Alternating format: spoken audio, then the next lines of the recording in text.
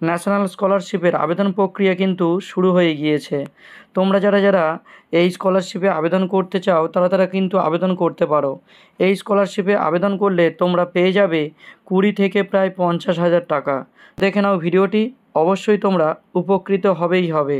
প্রথমে বলে রাখি তোমরা কত নম্বর পেলে এই স্কলারশিপটি আবেদন করতে পারবে। শেষ বোর্ড পরীক্ষাতে যদি তোমরা 50% বা তার বেশি নম্বর পেয়ে থাকো তাহলে কিন্তু এই স্কলারশিপটি আবেদন করতে পারবে। প্রথমে দেখো রয়েছে গ্র্যাজুয়েশনের জন্য রয়েছে 12,000 টাকা। ডিউরেশন থাকবে কত? ফার্স্ট 3 ইয়ার্স অর্থাৎ প্রথম 3 বছর।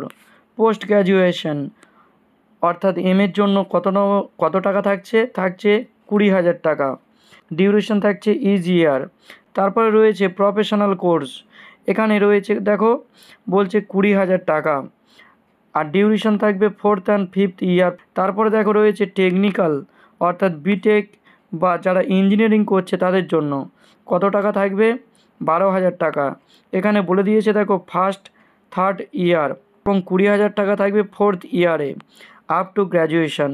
এছাড়া তোমরা যারা যারা মাধ্যমিক পরীক্ষা দিয়েছো অর্থাৎ এমপি পরীক্ষা দিয়েছো, সেই এমপি পরীক্ষাতে যদি তোমাদের 50% নম্বর থাকে বা তার বেশি নম্বর থাকে এবং এইচএস পরীক্ষা যারা যারা দিয়েছো তাদের যদি 50% নম্বর থাকে বা 50%-এর বেশি নম্বর থাকে তারা কিন্তু এই স্কলারশিপে আবেদন করতে পারবে।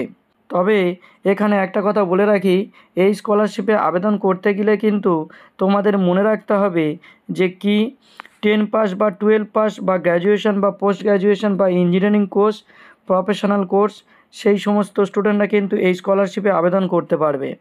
দ্বিতীয়ত বলছে যে স্বীকৃত শিক্ষা প্রতিষ্ঠান থেকে যদি নিয়মিতভাবে অর্থাৎ তোমরা রেগুলার স্টুডেন্ট হয়ে থাকো তাহলে কিন্তু এই স্কলারশিপে আবেদন করতে পারবে। তোমরা কেউ যদি ডিস্ট্যান্স বা কোর রেসপন্ডেন্স যদি স্টুডেন্ট হয়ে থাকো তাহলে কিন্তু তোমরা আবেদন করতে পারবে না। তারপরে বলে দিয়েছে দেখো এই স্কলারশিপে আবেদন করতে গেলে পরিবারের আয় হতে হবে বাৎসরিক কত? 4.5 লাখ টাকা। আর কত কি বলছে? এই স্কলারশিপে আবেদন করলে তোমরা কিন্তু অন্য কোনো স্কলারশিপ আবেদন করতে পারবে না, এটাই এই পয়েন্টে বলে দিয়েছে। এইবারে দেখো এখানে রয়েছে পেমেন্ট পদ্ধতি কিভাবে হবে। বলছে তোমাদের অ্যাকাউন্টে সরাসরি ডিরেক্ট বেনিফিট ট্রান্সফারের মাধ্যমে অর্থাৎ ডিবিটির মাধ্যমে টাকা পাঠানো হবে। তবে তোমাদের আধার লিঙ্ক থাকতে হবে ব্যাংক অ্যাকাউন্ট নাম্বারের সঙ্গে। এইবারে দেখে নাও তোমরা কিভাবে আবেদন করবে। তোমরা ন্যাশনাল স্কলারশিপ পোর্টালে গিয়ে রেজিস্টার করতে হবে। তারপরে কি যে সমস্ত তোমাদের যোগ্যতা বা তথ্য বা আয়ের যে তথ্যগুলো রয়েছে সেগুলো সমস্ত কিছু দিতে হবে। তারপরে কি ইনস্টিটিউট লেভেল ভেরিফিকেশান হবে, ঠিক আছে, এবং SNO লেভেল ভেরিফিকেশান হবে। এবং তারপরে কি সমস্ত কিছু সঠিক থাকলে তোমাদের স্কলারশিপের যে অ্যামাউন্টটা রয়েছে সেটা ব্যাংকে ট্রান্সফার করা হবে। এইবারে এখানে কিছু গুরুত্বপূর্ণ তথ্য রয়েছে, তার মধ্যে রয়েছে তারিখ সম্পর্কে, দেখে নাও সেটা। এখানে বলেছে এই স্কলারশিপের আবেদন চলবে 31/10/2025 অর্থাৎ কিন্তু অলরেডি আবেদন প্রক্রিয়া শুরু হয়ে গিয়েছে।